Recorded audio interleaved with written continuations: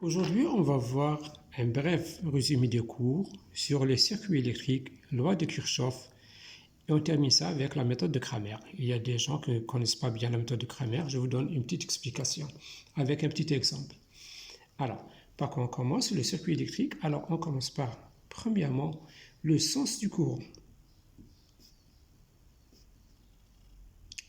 Le sens du courant. Alors, dans un générateur, si on a un générateur comme ça, donc il a deux bandes, donc une bande positive, une bande négative. Donc le courant toujours sort de la bande positive lorsque le générateur fonctionne comme un générateur, c'est-à-dire fonctionne normalement. Le courant sort de la bande positive et il rentre, le même courant doit rentrer par la bande négative.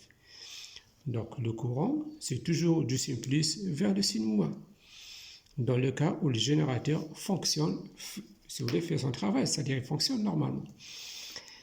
On va voir à la fin un petit exemple, c'est-à-dire dans le cas où on nous donne, si vous voulez, le courant en sens inverse, si vous voulez, c'est un cas très particulier, peut-être je vais vous donner des exemples sur ça.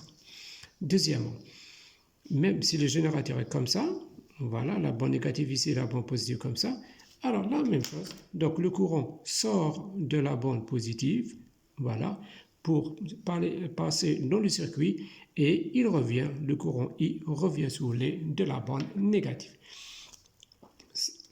Deuxièmement, alors, intensité du courant, intensité I.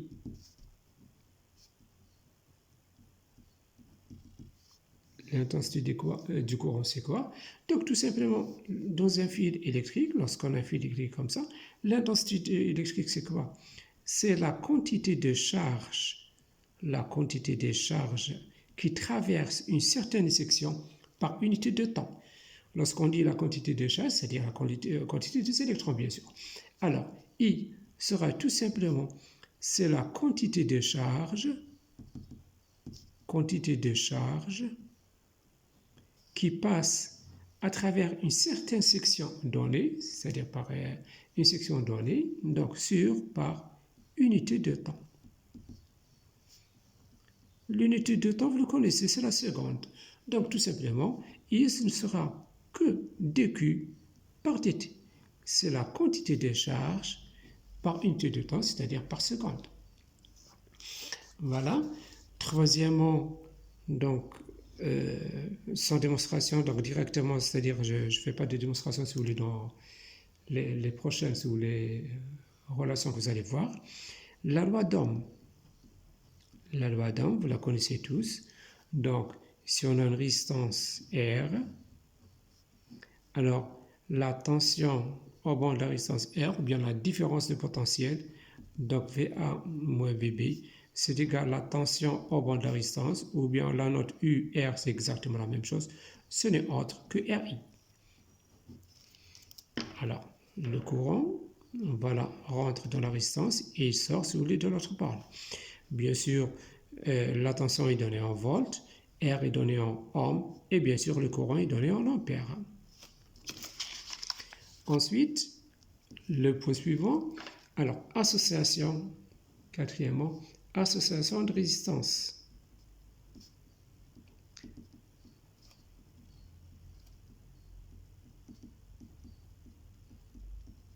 Nous avons vu l'autre fois association des condensateurs, maintenant on va voir association de résistance. Donc, petit a, si on a des résistances en série, résistance en série, alors, qu'est-ce qu'on fait? Voilà, par exemple, je prends deux résistances R1 et R2 en série. Qu'est-ce que ça veut dire en série? En série, c'est-à-dire, seront parcourus par le même courant. C'est le même courant qui passe, si vous voulez, dans les différents éléments. Par exemple, le courant I, voilà, il passe dans R1, le même courant passe dans R2 aussi.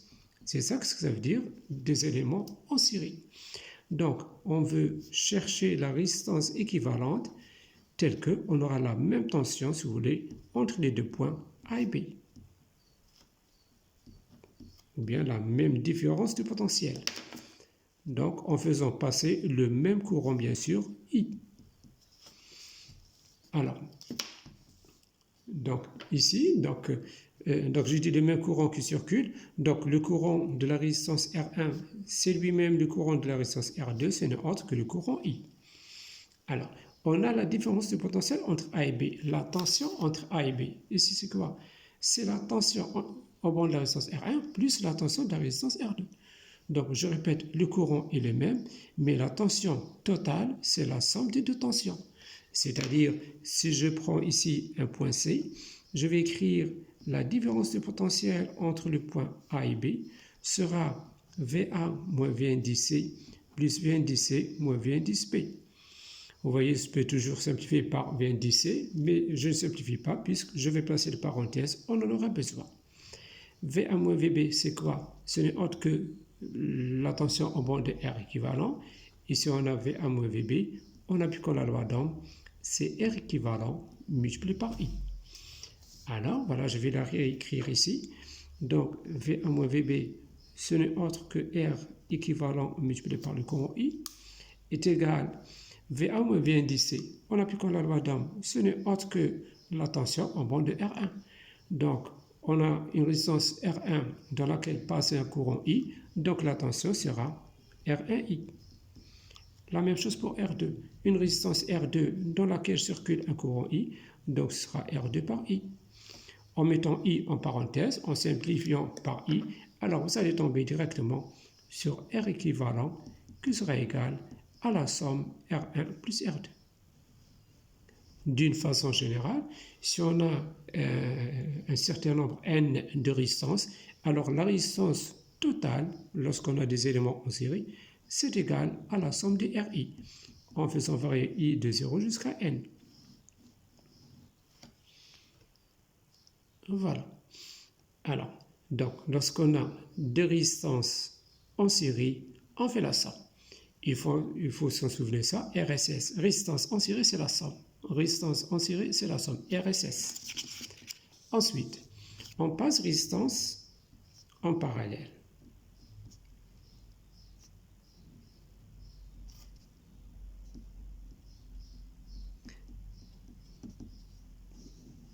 Alors, résistance en parallèle, voilà, on a deux résistances comme ça. Ici, une résistance R1, ici, une autre résistance R2. Voilà. Alors, on a toujours le point A et B ici. Donc, regardez maintenant. Le courant arrive, si vous voulez, du point A, c'est un courant I. Il arrive ici, à ce nœud-là. Il va se partager en deux courants. Un courant I1 passe dans la résistance R1. Un autre courant I2 passera dans la résistance R2. Les deux courants sortent sous les différentes résistances et le courant I revient ici. Donc, on aura I1 plus I2, c'est égal à I. On va voir ça par la suite. Alors, quelle est la différence qui existe entre des éléments en série et des éléments en parallèle? En série, qu'est-ce que nous avons dit? Le courant est le même qui passe dans les résistances. Mais la tension, ce n'est pas la même. La tension entre A et B, c'est la tension de la résistance R1 plus la tension de la résistance R2. Lorsqu'on a des éléments en résistance, c'est l'inverse. Le courant était le même, maintenant le courant n'est pas le même. Le courant se partage. Donc on a maintenant I qui est égal à I1 plus I2. Tout à l'heure, on avait I de A1 égale I de R2 égale I. Et tout à l'heure, la tension, c'était la somme des tensions. Maintenant, non. La tension au bord de R1 est égale à la tension au bord de R2. Donc, on a U de R1, si vous voulez, est égal à U de R2. C'est-à-dire, U de R1, c'est R1I1 est égal à R2I2. Voilà, sans trop tarder, je vais vous donner directement la résistance équivalente de ces deux résistances-là. Alors, on aura 1 sur 1 R équivalent est égal à 1 sur R1 plus 1 sur R2, dans le cas où on a un montage en parallèle. Si on a un certain nombre N de résistances, alors 1 sur R équivalent est égal à la somme de 1 sur RI, I variant de 1 jusqu'à N. Voilà. Maintenant, on passe la chose la plus importante, si vous voulez, cinquièmement, les lois de Kirchhoff. Les lois de Kirchhoff. Alors, les lois de Kirchhoff, on a deux lois. La première loi, elle est très simple. Avant de commencer par voir ces deux lois-là, on va voir petit a comment représenter les tensions. Donc, on va voir représentation des tensions.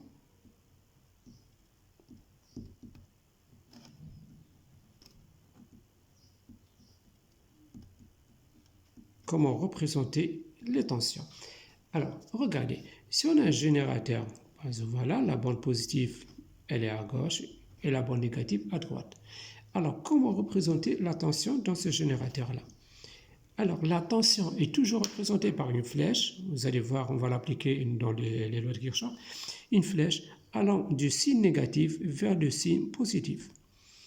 Si le générateur a une certaine tension sous les E, alors je vais écrire soit VA moins V indice B, ou bien la tension au banc du générateur est égale à E plus E, donc positif. Mais je dessine la tension par une flèche allant du signe moins vers le signe plus du générateur. Souvenez-vous de ça. Et dans le cas d'un autre élément récepteur, un élément récepteur, n'importe quel élément, donc capacité, résistance, l'essentiel, ce n'est pas un générateur. Dans un élément récepteur, le courant passe, tout simplement. Alors, on fait passer le courant I, par exemple, comme ça. Alors, comment représenter la tension dans le cas d'un élément récepteur? La tension est représentée par une flèche opposée au sens du courant. Le courant il est de gauche vers la droite, donc je dessine une flèche comme ça. Si le courant était de droite vers la gauche, je dessinerai la flèche en sens opposé. Ça, c'est la flèche qui représente la tension au banc de la résistance, c'est-à-dire RI. Alors, voilà, on va appliquer, si vous voulez, ces deux méthodes-là pour les lois de Kirchhoff. La loi des nœuds, on commence par la loi des nœuds.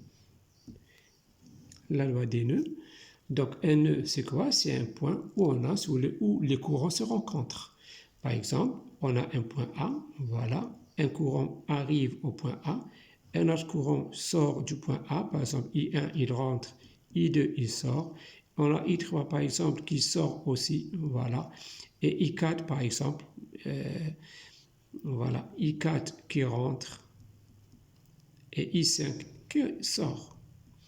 Alors si on veut écrire la loi des nœuds ici, donc on n'a qu'à écrire la somme des courants rentrants, c'est très simple, hein? La somme des courants rentrants qui rentrent au nœud A, au point A, est égale à la somme des courants sortants. Ce n'est pas difficile. Les courants rentrants, on a I1, c'est un courant rentrant, I2 non, I3 non, I4 c'est un courant rentrant. Donc je vais écrire I1 plus I4 est égal à la somme des courants sortants. Les courants qui sortent du point A, nous avons I2, I3, I4 non et I5. Donc je vais écrire I2 plus I3 plus I5. Voilà, c'est très simple. C'est très très simple. C'est ce qu'on appelle la loi des nœuds. Après cela, on va voir la loi des mailles. Petit c, la loi des mailles. Qu'est-ce qu'elle dit cette loi-là? Alors, la loi des mailles, donc elle dit que la somme, attention, la somme algébrique. Qu'est-ce que ça veut dire une somme algébrique? C'est-à-dire, si l'expression est positive, si la tension est positive, je la prends avec son signe plus, si elle est négative, je la prends avec son signe moins. Une somme algébrique, c'est-à-dire, je prends la valeur avec son signe. Donc, la somme algébrique, des tensions, je ne l'ai pas écrit, la somme algébrique des tensions le long d'une maille est nulle.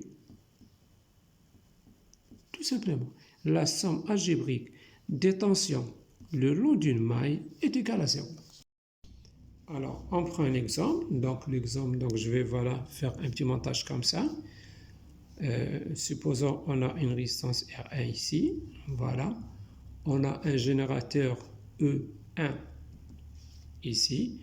Par exemple, on a ici, voilà, je vais placer une résistance R2. On a ici une résistance R3. Voilà, ensuite, je vais partir jusque là. On a un autre générateur, E2. Et on a une résistance R1, R2, par exemple, R4. Voilà. supposons, alors, ici, on a un nœud, c'est un nœud A. Ici, B, ce n'est pas un nœud, c'est un point seulement, parce qu'on n'a pas de courant qui se rencontre. Ici, on a un courant qui vient ici, c'est possible qu'il se partage en deux. Mais sinon, c'est le même courant. C, c'est un point C, ici, c'est un nœud. Je vais m'expliquer. Donc, regardez. Supposons donc on a un générateur E1, donc sort le courant I1. Je vais distribuer le courant. Le courant lui-même passe, si vous voulez, dans cette branche-là. C'est le même courant, donc il n'est pas passé par un nœud. Un nœud, nous avons dit, lorsque le courant, si vous voulez, se partage. Ici, le courant I1 passe dans R2. Il arrive ici, le courant I1. C'est toujours le courant I1. On n'a pas de sortie ici, donc ce n'est pas un nœud. Ici, le courant, pardon, I1 toujours, I1 qui passe dans R2, il arrive à ce point-là, alors ici on a une sortie. Donc, c'est possible qu'on a un courant, ici par exemple I3, et on aura un courant I2 qui va monter dans le générateur E2 par exemple. Voilà, le courant sort de la bande, si vous voulez, de E2, voilà I2, il arrive ici, le courant I2. Et le courant, ici, ça c'est quel courant? C'est le courant qui doit revenir au générateur E1. Donc le courant I1 est sorti du générateur E1, donc ce courant-là doit revenir, donc c'est I1. On est obligé de placer le courant I1 ici. Donc ici on a I2, ici I1, c'est possible, ici on aura, si vous voulez, l'arrivée d'un autre courant par exemple. Alors je vais écrire l'équation, si vous voulez, de la maille, si vous voulez, de cette maille-là. Ça, c'est ce qu'on appelle une maille. On appelle une maille soit par les lettres, soit, si vous voulez, par les grand 1, grand 2, grand 3, etc. Alors, je vais écrire la maille. Regardez comment on nomme la maille. A, B, C, D, A. Si j'écris A, B, C, D, c'est-à-dire je ne vais pas prendre cette partie-là, cette branche-là. Donc, pour prendre toute la maille, c'est-à-dire toutes les branches, je dois écrire A, B, C, D, A. Je reviens à la première lettre. A, B, C, D, A. Ou bien tout simplement, je vais écrire, c'est la maille 1, par exemple, grand 1, grand 2, grand 3, etc. Alors, on va écrire l'équation de cette maille-là. Alors, suivez-moi bien. Donc, j'ai dit tout à l'heure, on représente les tensions, si vous voulez, dans les générateurs par une flèche allant du signe moins vers le signe plus. Voilà la tension du générateur. On représente la tension au banc d'un élément récepteur, par exemple les résistances, par une flèche opposée au sens du courant. Donc, le courant descend, donc la tension sera vers le haut. Le courant, il est comme ça, de droite vers gauche. Je dessine la tension en sens inverse. Ici, on dessine la tension par une flèche allant du signe moins vers le signe plus. Voilà. Ensuite, ici, le courant est montant, donc la tension descend. Ensuite, dans ce cas-là, le courant est dans ce sens-là, de gauche vers la droite. Je dessine la tension en sens inverse. Voilà, j'ai dessiné, si vous voulez, les tensions au banc de chaque élément. Maintenant, je vais prendre un sens arbitraire, comme vous voulez, soit dans le même sens que celui des aiguilles d'une montre, ou bien le sens inverse. Moi, j'ai choisi le sens dans le même sens que les aiguilles d'une montre. Et voilà, je vais partir du point A. Donc, maintenant, il ne faut plus regarder le courant. Il faut oublier le courant. On ne regarde plus le courant. Voilà, je vais les cacher si vous voulez. On ne regarde pas le courant. Donc, je commence par le point A. Donc, dans la résistance R1, la tension, elle est comment? Elle est opposée, si vous voulez, à mon sens. Mon sens est comme ça. Elle est opposée, c'est-à-dire je vais écrire moins. Moins, la tension au banc de R1, c'est la loi d'Ohm. C'est R1 multiplié par son courant, I1. Ensuite, mon sens est dans ce sens-là. La flèche, la tension de E1 est dans le même sens. Donc, c'est plus E1. Ensuite, voilà, je descends. Voilà, donc mon sens est opposé à la tension de R2. Donc, je vais écrire moins R2 multiplié par le courant qui passe en R2, I1. Je ne regarde plus, je ne donne plus d'importance, si vous voulez, à ce courant-là. On ne regarde plus le courant maintenant. Ensuite, mon sens est comme ça et la flèche elle est en sens inverse. Donc, je vais écrire moins aussi R3 multiplié par le courant qui passe en R3, c'est toujours I1. Ensuite, mon sens est comme ça, mon temps, c'est la même chose que E2 plus E2. Et finalement, R4, donc la tension descend et moi je monte, donc je vais écrire moins R4 multiplié par le courant qui passe dans R4, c'est le courant I2. I2 égale à 0. Voilà, nous avons écrit la somme algébrique des tensions le long d'une maille est égale à 0. Voilà. Ensuite, vous rangez bien votre équation. Donc, vous mettez en parenthèse, par exemple, le I1. Donc, je vais écrire ici, premièrement, je vais multiplier le tout par moins 1. Je transporte donc E1 et E2 sur les deux de l'autre côté. Donc, on aura R1 plus R2 plus R3 multiplié par I1. Voilà. Moins, non, on multiplie par moins 1. Donc, plus R4 multiplié par I2 est égal, donc lorsque je transpose E1 et E2, ce sera égal à E1 plus E2. Voilà l'équation de notre maille. L'équation de notre maille. Alors, je vous donne une petite remarque, regardez ici. Si le sens de E2 était inversé, si la bande négative était là et la bande positive était ici, alors à ce moment-là, on aura un E1 moins E2. Et le générateur E2 ne va plus fonctionner comme un générateur. Donc, il sera un élément, si vous voulez, un récepteur. Donc, un élément passif. On va voir ça dans des exemples. Alors, voilà. Maintenant, on va faire un petit exercice, donc très simple, et on va voir comment appliquer sous la méthode de Cramer. Alors, exercice très simple. Donc, je vous donne... Voilà. On nous donne donc un petit dessin. Voilà, par exemple, on a un générateur ici avec une petite résistance R1.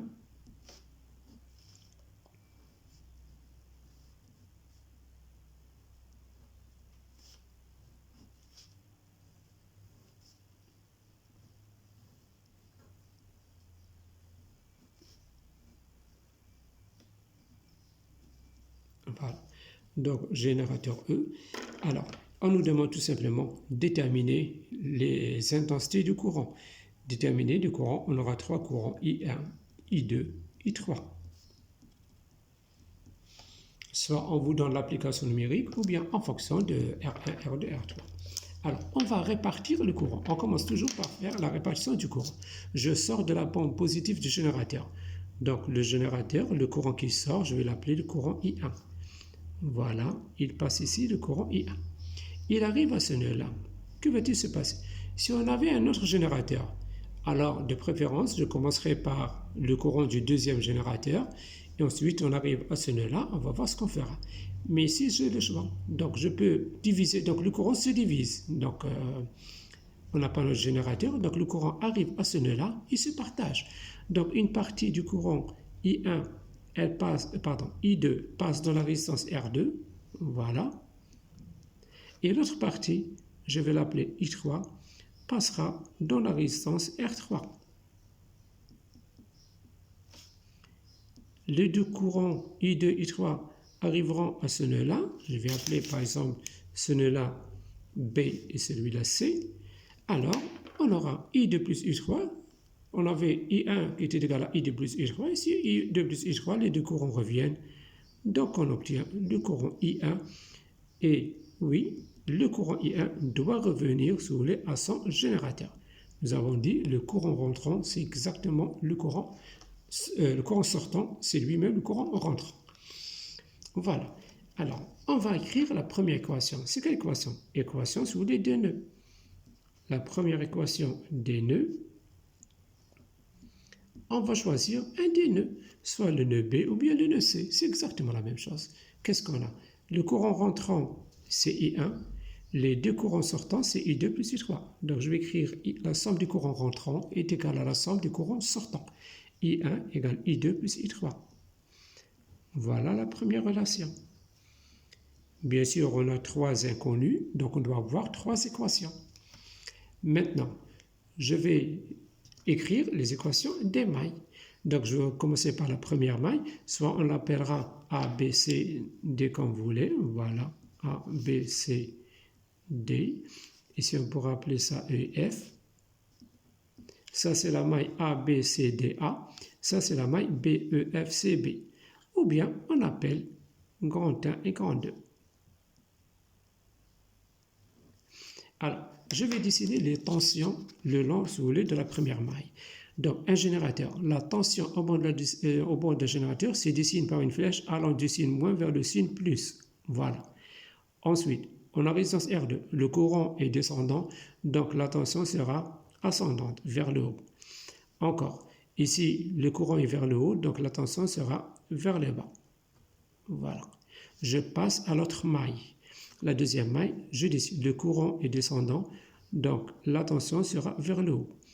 Ici, le courant, la même chose, la tension sera vers le haut. Et voilà, on prend un sens arbitraire et on va écrire, si vous voulez, je vais choisir le sens arbitraire. Quand vous voulez, hein, vous choisissez dans le sens des aiguilles d'une montre ou bien l'inverse. Alors, je vais écrire équation de la maille 1. Alors, qu'est-ce qu'on aura? Donc, la tension est dans le même sens que je choisis. Donc, c'est-à-dire le E, le générateur. Donc, ce sera plus E. Ensuite, R2, la tension de R2 est en sens inverse. Je vais écrire moins la tension au bord de R2. La tension d'après la loi d'Ohm, c'est R2 fois I2. C'est la résistance multipliée par le courant qui traverse cette résistance-là. La même chose ici, mon sens donc monte vers le haut, la flèche est vers le bas, donc je vais écrire moins encore R1 par le courant qui passe en R1, I1 égale à 0. C'est-à-dire, je vais écrire R1, I1 plus R2, I2 est égal à E. Voilà, c'est notre deuxième équation. Il nous manque une troisième équation pour pouvoir résoudre le système. Alors, je vais écrire la deuxième maille, la maille numéro 2. Alors, je prends un sens, comme vous voulez, soit dans le sens des aiguilles d'une montre ou bien sens inverse. Voilà, je l'ai choisi comme ça.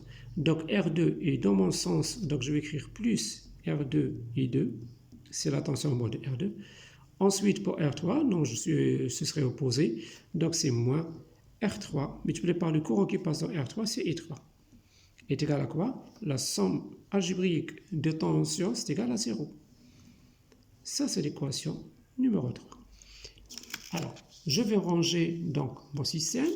Donc, je vais ramener les inconnus sous les à gauche, pardon, et les autres sous les à gauche, et les autres à droite, pardon.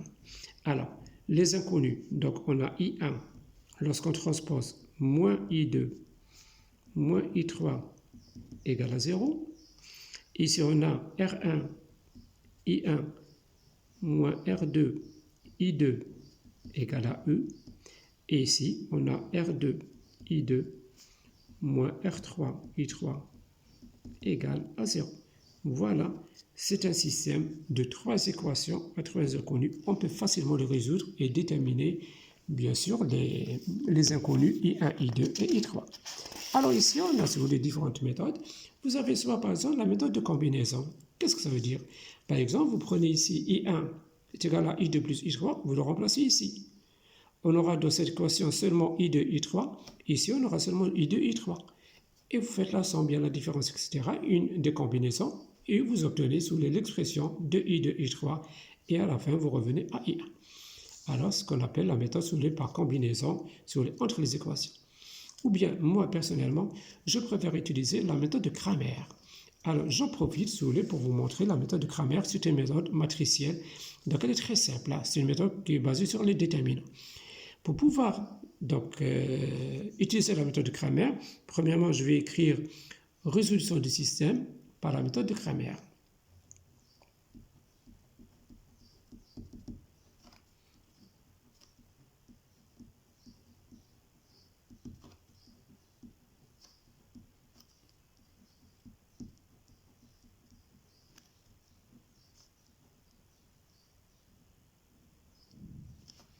Alors, on va résoudre le système par la méthode de Cramer. Premièrement, je vais réécrire le système, mais je ne vais pas le réécrire comme ça. Regardez comment je vais le réécrire. Donc, je vais écrire I1 moins I2 moins I3 égale à 0. La première équation reste inchangée. Deuxième équation, c'est R, ici R1. C'est R1, I1 moins R2, plus, j'écris moins, c'est plus ça. Plus R2, I2. Alors, regardez ici. On n'a pas de I3 dans cette équation-là. Je vais écrire plus 0 est égal à E. Ensuite, R2I2. On n'a pas de I1, donc j'écris 0 plus R2I2 moins R3I3 égale à 0. Alors, ensuite, on va déterminer donc le déterminant du système. Pour pouvoir appliquer la méthode Cramer, il faut que le déterminant doit être différent de 0. Alors, on va écrire le déterminant. Le déterminant, normalement, vous connaissez tous comment calculer un déterminant. Donc, le déterminant sera 1, je vais écrire moins 1, moins 1. Ensuite, R1, R2, 0. Et finalement, 0, R2, moins R3. 0, R2, moins R3. Et on développe, on calcule ces déterminants-là. Comment calculer les déterminants? Donc, on place un signe plus ici, un signe moins ici, un signe plus. Ensuite, vous connaissez la méthode. Donc, on va écrire C+, les plus, je vais écrire, voilà. Je prends cet élément-là, donc on aura 1, multiplié par quoi? Je barre la ligne, je barre la colonne, je multiplie ça par ça, moins ça par ça. Donc, vous connaissez la méthode normalement. Donc, ce sera R2 multiplié par R3 moins 0. Ensuite, je passe au deuxième élément, moins 1, je le prends avec son signe. Moins, je prends le signe moins, je l'ai mis en rouge pour bien comprendre. Ensuite, je prends l'élément moins 1, je barre donc la ligne et la colonne. On aura R3, on aura R1 multiplié par moins R3, moins 0.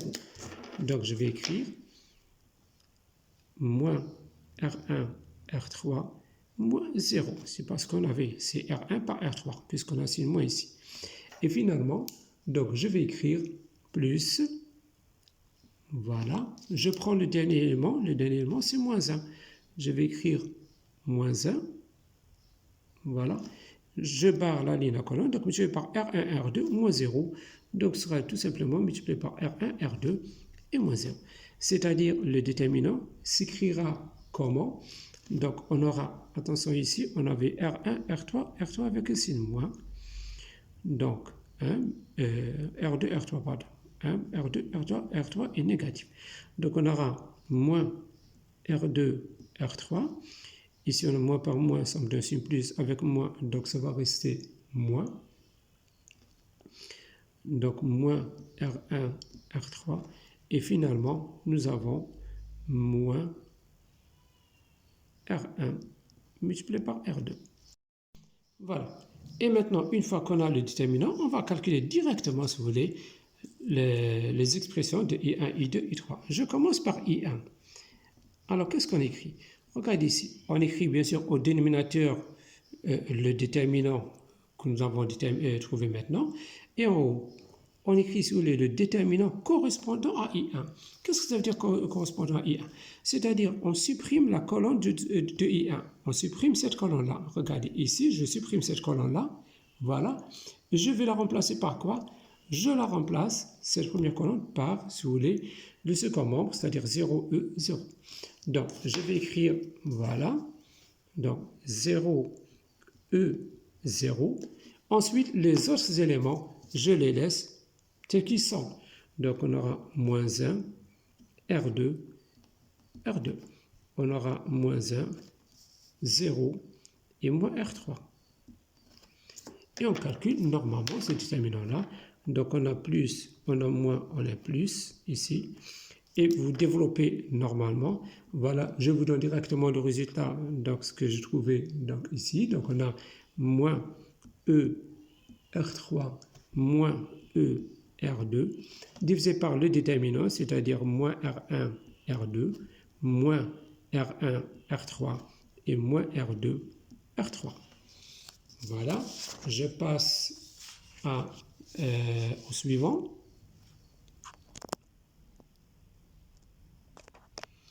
Deuxième élément, donc je vais écrire deuxième élément, donc I2. Donc ce sera quoi? Je vais écrire le déterminant correspondant à I2 divisé par le déterminant sur les deux systèmes. Déterminant correspondant à I2, qu'est-ce que je fais?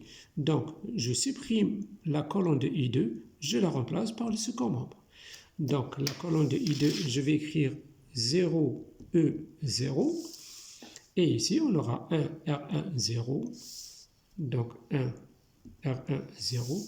Et moins 1, 0, moins 3. Moins 1, 0, moins R3. Alors, on aura plus, moins, plus. Et vous développez normalement votre déterminant. Vous allez trouver moins E, R3 sur moins R1, R2, moins R2, R3, moins R1, R3 pour le deuxième courant. Et finalement, pour le courant I3, donc voilà, I3, donc ce sera le déterminant que j'appelle correspondant I3 sur le déterminant du système.